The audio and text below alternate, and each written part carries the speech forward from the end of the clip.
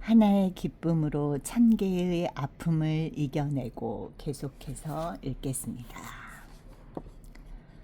나는 평범함을 사랑하기로 했다. 중요한 것들에 매달리다 어느 날 마음을 내려놓으니 바닥의 티끌 하나 줍는 일도 즐겁다. 사람을 만날 때면 새기고 싶은 말에 귀 기울이다가 뜻없는 소리에도 숨은 빛이 있음을 보았다. 아름다움을 찾아 헤매다 돌에 새겨진 상형 문자를 발견한 뒤 온 세상이 하나의 예술품임을 깨달았다. 살아있는 것, 죽어가는 것 모두 어느 순간 윤동주의 서시처럼 빛나 보였다. 나처럼 작은 생명에도 사랑을 쏟으시는 하나님, 그 여호와를 알고 나서야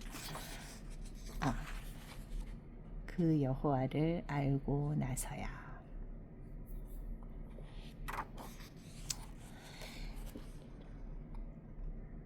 삶의 기쁨과 감격이 호흡이 되기를. 브라질의 시인 마샤 메데이로스가 쓴 서서히 죽어가는 사람이라는 제목의 시가 있습니다. 여행을 하지 않는 사람, 책을 읽지 않는 사람, 삶의 음악을 듣지 않는 사람, 자기 안에서 아름다움을 발견하지 않는 사람은 서서히 죽어가는 사람이다. 시인은 서서히 죽어가는 사람의 목록을 몇 가지 더 밝힙니다. 습관의 노예가 된 사람, 모르는 사람에게 말을 걸지 않는 사람, 열정 없이 흑백처럼 구분을 좋아하는 사람, 자신의 일을 즐기지 못하고 이고로 가득한 사람. 이런 부류의 사람은 삶의 희열을 모른 채 서서히 죽어가는 사람이라고 말합니다. 시인의 글을 거울 삼아 들여다보면 세상의 많은 사람은 죽어가는 사람에 속할 것입니다. 어쩌면 대부분이 열정 없이 살아가고 있는 죽어가는 자기 모습을 거울 속에서 발견할지 모릅니다.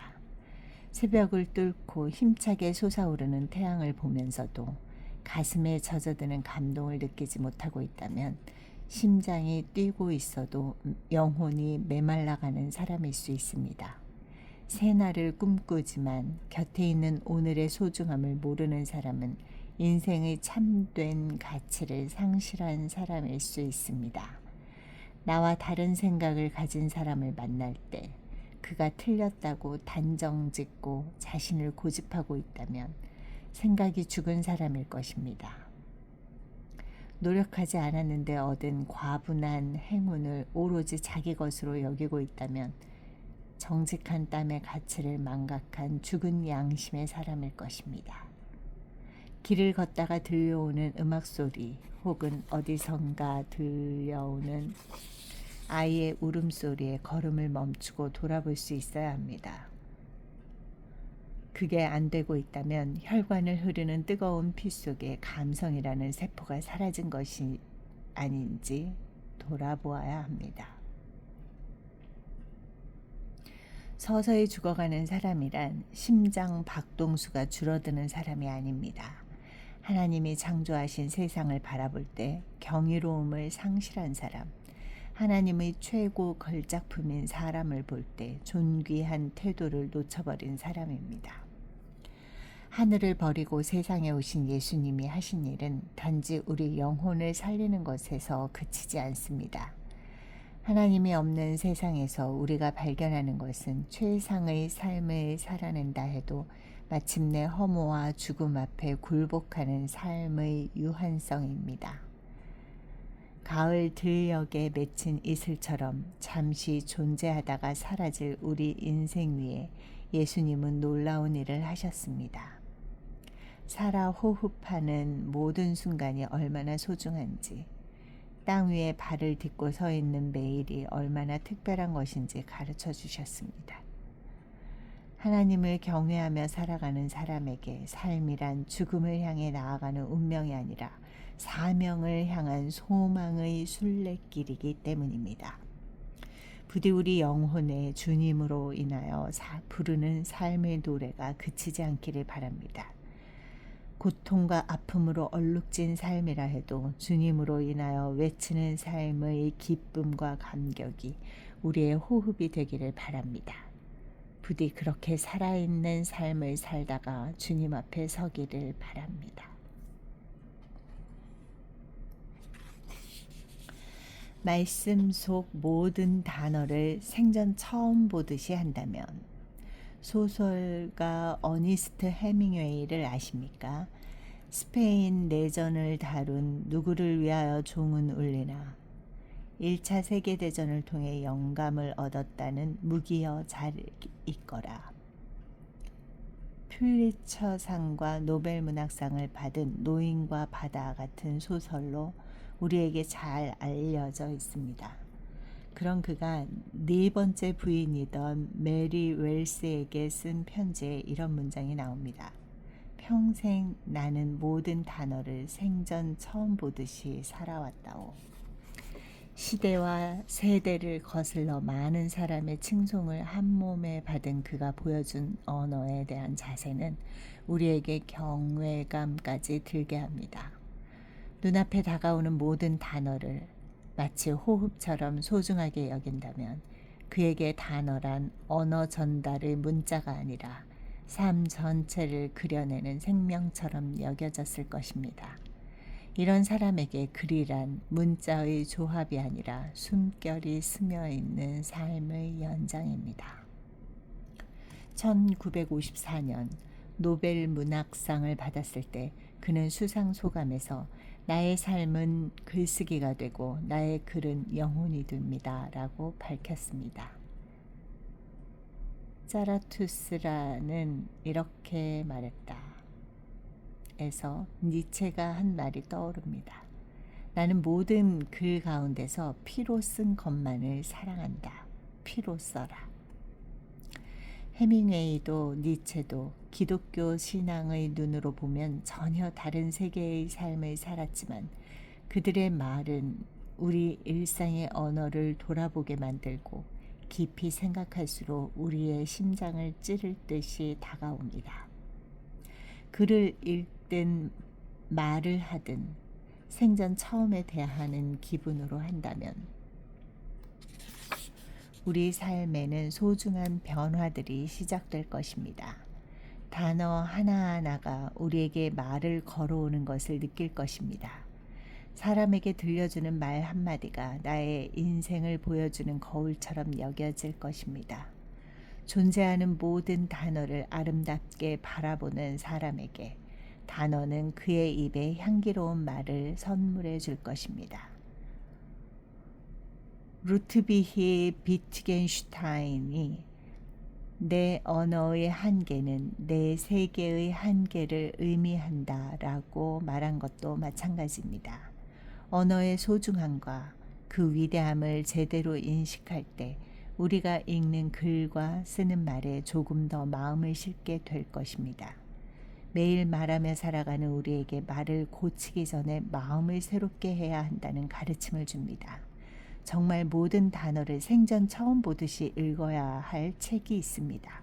바로 하나님의 말씀입니다. 구절구절을 오늘 하루 새롭게 나에게 들려주시는 하나님의 음성으로 읽어보십시오. 나를 향한 하나님의 사랑의 속삭임으로 들릴 것입니다. 연약한 나를 일으키시는 거대한 손으로 다가올 것이며 홀로 눈물 지을 때는 눈물을 닦아주시는 부드러운 주님의 음성으로 들려올 것입니다.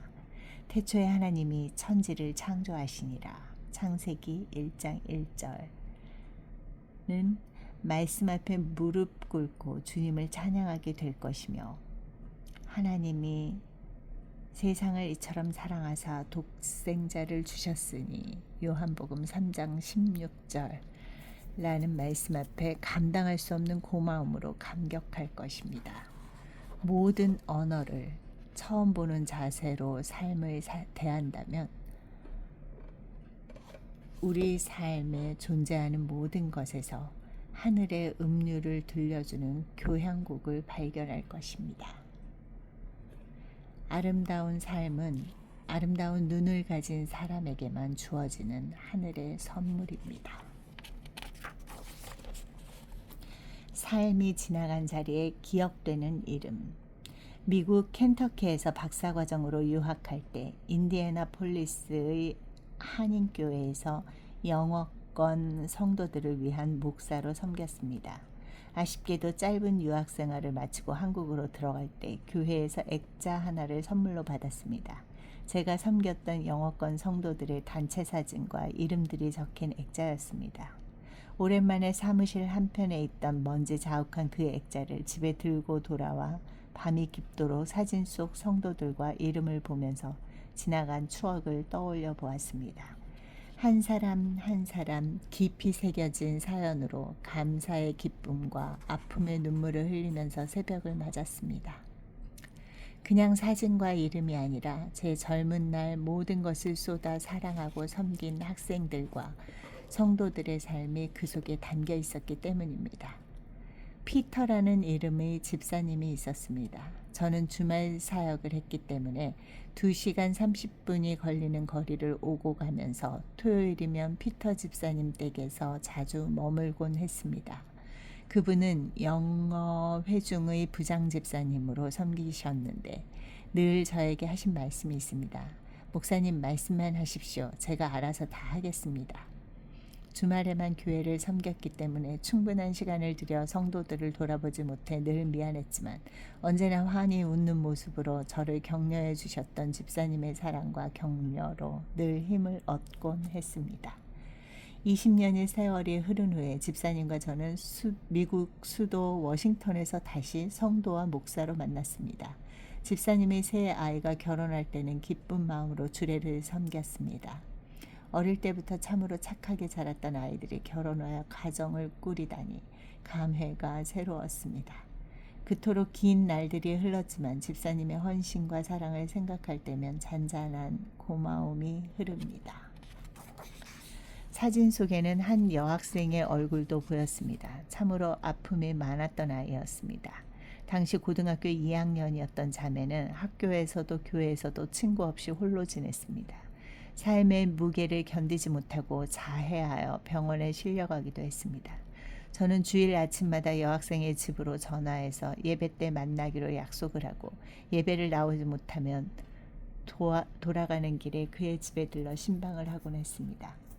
꿈을 품어야 할 어린 시절에 이혼 가정에서 아픔으로 보냈을 그의 삶을 생각하면서 주님이 친히 아버지가 되셔서 길을 인도해 주시기를 늘 기도하곤 했습니다. 박사 과정을 모두 마치고 한국으로 돌아오기 전 마지막 주 일이었습니다. 예배를 마치고 교회 문을 나서는데 뒤에서 나지막이 누군가 부르는 소리가 들렸습니다. 돌아보니 그 여학생이 저를 부르는 것이었습니다.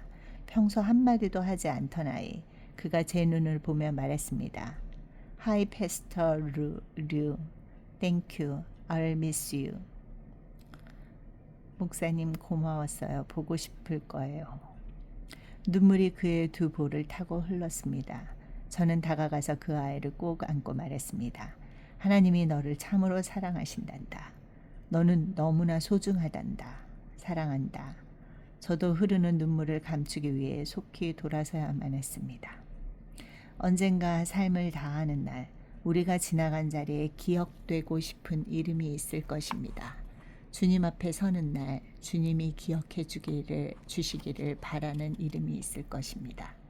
오늘도 내일도 그렇게 살다 보면 긴 세월이 흘러 우리 삶은 우리가 바라는 그 이름이 되어 있을 것입니다.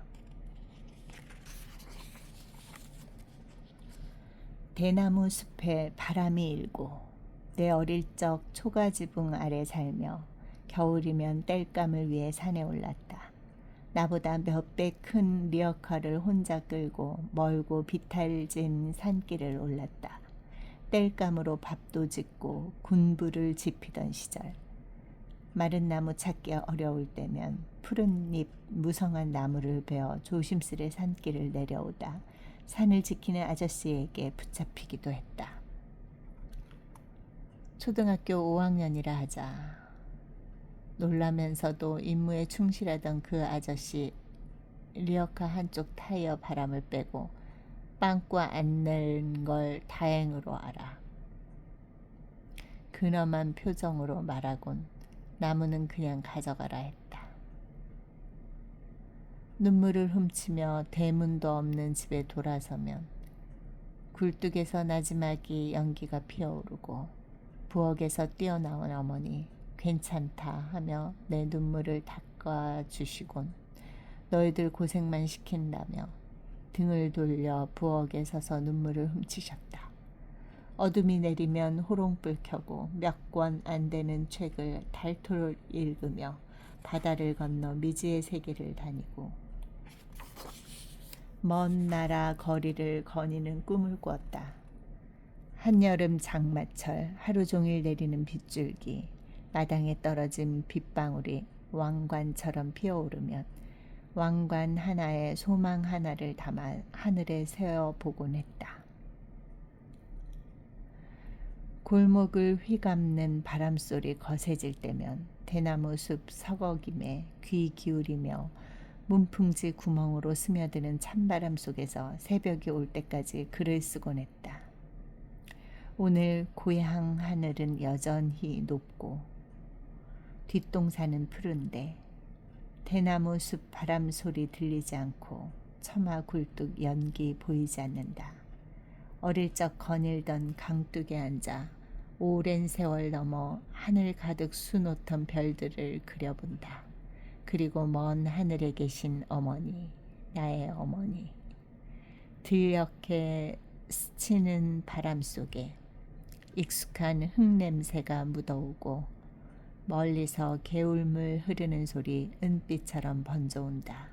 아, 아프고도 아름다운 삶이여.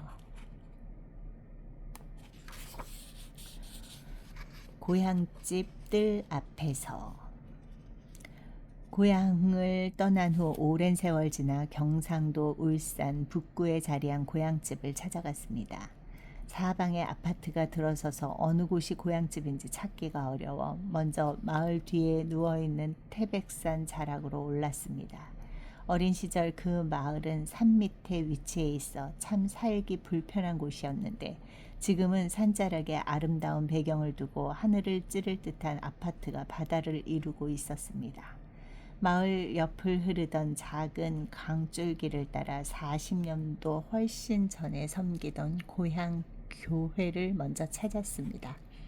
문이 닫힌 교회 앞에서 1981년 8월 22일 전도를 받아 처음 교회를 나갔던 그날을 떠올리며 감사의 기도를 드렸습니다. 교회에서 시작하여 이전 집을 찾는 일도 쉽지는 않았습니다. 옛날 모습을 간직한 몇 집을 발견하고 나서야 제가 살던 집을 찾을 수 있었습니다. 부모님이 고향을 떠난 지가 30년 가까이 되었지만 옛집은 이전 형태를 고스란히 간직하고 있었습니다. 집안을 둘러보니 본체는 뼈대를 그대로 두고 기와 지붕과 방을 모두 새롭게 단장했습니다. 옆에 토끼와 소를 키우던 토끼장과 외양간이 그대로 남아있는 것을 보면서 새벽 일찍 아버지와 함께 소풀 베러 다녀오던 어린 시절이 떠올랐습니다. 마을 뒤 야산이나 들판에서 억센풀을 베어오면 아버지와 함께 작두질을 해서 풀을 잘게 자릅니다. 방앗간에서 도정하고 나온 왕겨를 섞어 소죽을 끓이면 소는 냄새만 맡고도 음매라고 기뻐합니다. 고향 집안에 여전히 남아있는 흙마당을 보는 순간 그날 한여름 마당 위로 떨어지던 세찬 빗줄기 소리가 들려오는 듯 했습니다. 마당 가득히 물이 고여 밖으로 빠져나가지 못할 때는 하루 종일 집에 갇혀 있어야 했습니다.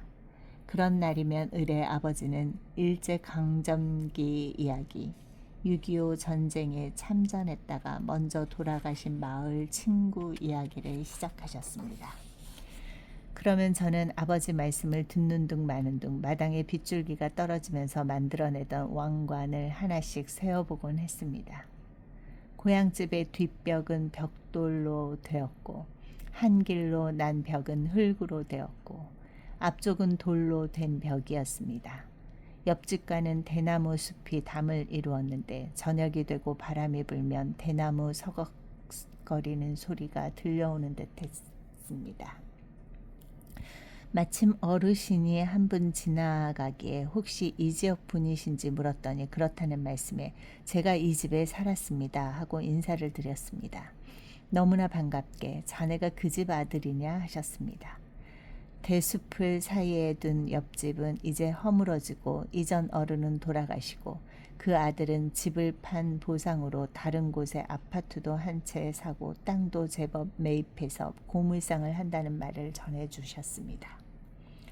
그리고 참 신기한 말씀을 하셨습니다. 제가 살던 집을 매입해서 오늘까지 살고 계신 연세가 지긋한 어르신이 계십니다.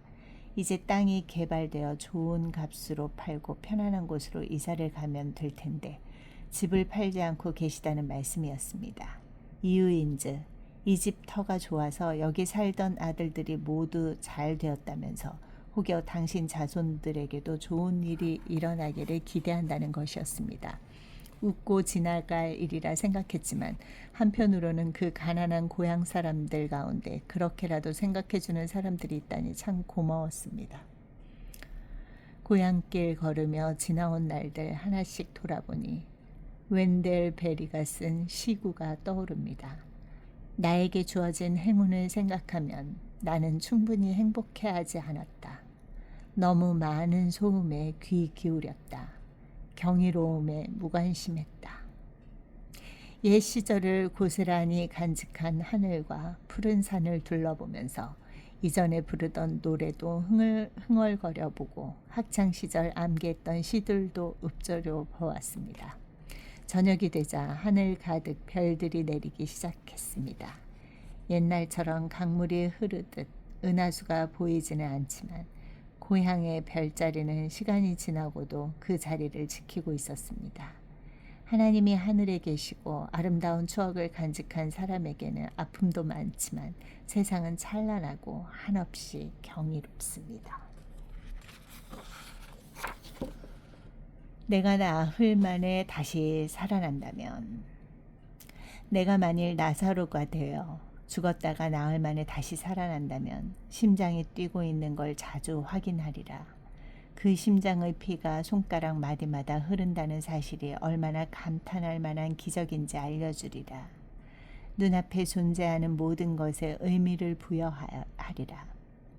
오르기 힘든 산봉우리로 펼쳐져 있든 아무렇게나 발에 채는 돌멩이 하나로 굴러다니든 신이 창조한 고유한 가치가 새겨져 있으니 겸손하나 당당히 그 자리에 서 있으라 말하리라. 곁에 있는 사람이 얼마나 소중한지 다시 보지 못할 사람을 대하는 마음으로 무인도에서 몇 년을 보내다가 처음 만난 사람처럼 내 전부를 들여 그를 사랑하라고 말해주리라. 그것이 하나님을 사랑하는 가장 확실한 증거니까. 내가 단 한 번이라도 죽었다가 살아난다면 새벽을 깨우는 새소리가 얼마나 고마운지, 귓가에 스치는 바람이 얼마나 신비로운지, 어린아이의 울음소리를 듣지 못하는 이들에게 잠시 걸음을 멈추고 귀 기울여 보라고 말해주리라. 슬픔에 지친 사람의 손을 포근하게 잡아주리라. 주저하고 있다면 실패해도 괜찮다고 말해주리라. 넘어진 이를 보면 절대 지나치지 않으리라. 조금 지루한 말이라도 온 마음으로 들어주리라. 내가 죽었다가 잠시라도 다시 살아날 수 있다면. 젊은이들에게 말하리라. 절망을 두려워하지 말라고. 땀과 눈물이 없는 삶은 꿈꾸지 말라고. 정상보다 비탈길을 오를 때가 더 보람있다고. 꽃봉오리 안에서 누리는 안락함보다 아픔을 뚫고 꽃을 피우는 기쁨이 더 크다고. 내가 정말 죽은 자리에서 잠시라도 다시 살아난다면 배우지는 못했지만 사람들 앞에서 한 번쯤은 춤을 추리라. 리듬에 맞춰 제대로 몸을 움직이지는 못해도 나의 눈빛으로 살아있음이 어떤 것인지 말해주리라. 손과 발, 입 모양 하나하나에 넘치는 기쁨을 담으리라. 나로 인하여 마음을 다친 사람에게 용서를 구하리라. 내 삶의 한순간이라도 불편함을 준 사람을 축복하리라. 매일 시를 쓰는 마음으로 사람들과 즐겁게 대화하리라. 소박한 일상의 언어에도 향기나는 품격을 담으리라. 나 자신이 소중한 것처럼 그도 소중한 것을 알기에 내가 나사로처럼 다시 살아날 수 있다면 사람마다 눈을 보며 분명하게 들려주리라. 눈에 보이는 세상이 전부가 아니라고. 보이지 않는 영원한 세상이 우리 곁에 있다고. 우리를 창조하신 신이 우리를 사랑한다고. 내가 죽은 나사로가 되어 다시 살아나는 일은 없을 것이다. 그러나 그런 마음으로 오늘 하루를 살아갈 수는 있다. 죽은 자가 살아난 심정으로 매일 감격할 수는 있다. 오늘이 인생 마지막 날처럼 소중하게 붙들 수는 있다. 그렇게 주어진 삶을 보내고 언젠가 죽음 앞에 설 것이다. 세상 떠나는 그 순간 남기고 싶은 말이 있다. 창조주 앞에 서는 그날 부르고 싶은 노래가 있다. 지상에서 주어진 날 동안 눈물 짓는 아픔도 많았지만 하나님이 주신 삶은 순간마다 아름다웠노라고. 호흡하는 모든 날은 찬란하고 경이로웠노라고.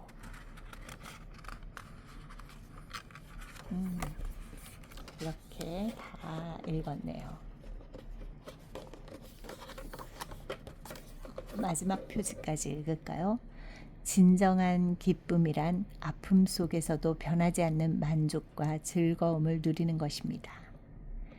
삶이란 눈물의 바다를 항해하는 외로운 조각배와 같지만 우리는 마침내 소망의 항구에 도착할 꿈을 품은 사람들입니다. 언젠가 지상의 삶을 마치는 날, 주님이 우리를 맞이하시는 그날, 우리 눈에서 모든 눈물을 닦아주실 약속을 믿기 때문입니다. 지극히 사랑의 눈으로 우리를 바라보시는 주님을 생각하면 풍랑 거센 바다나 막막한 광야 한복판에 서 있어도 여전히 하늘을 바라보며 힘을 얻습니다. 하늘의 별이 세상을 비추듯 영혼의 빛이 되시는 주님, 우리를 세상의 빛으로 부르신 주님, 주님의 빛을 우리 영혼에 가득히 담아 온 세상에 당신의 빛 비추게 하소서.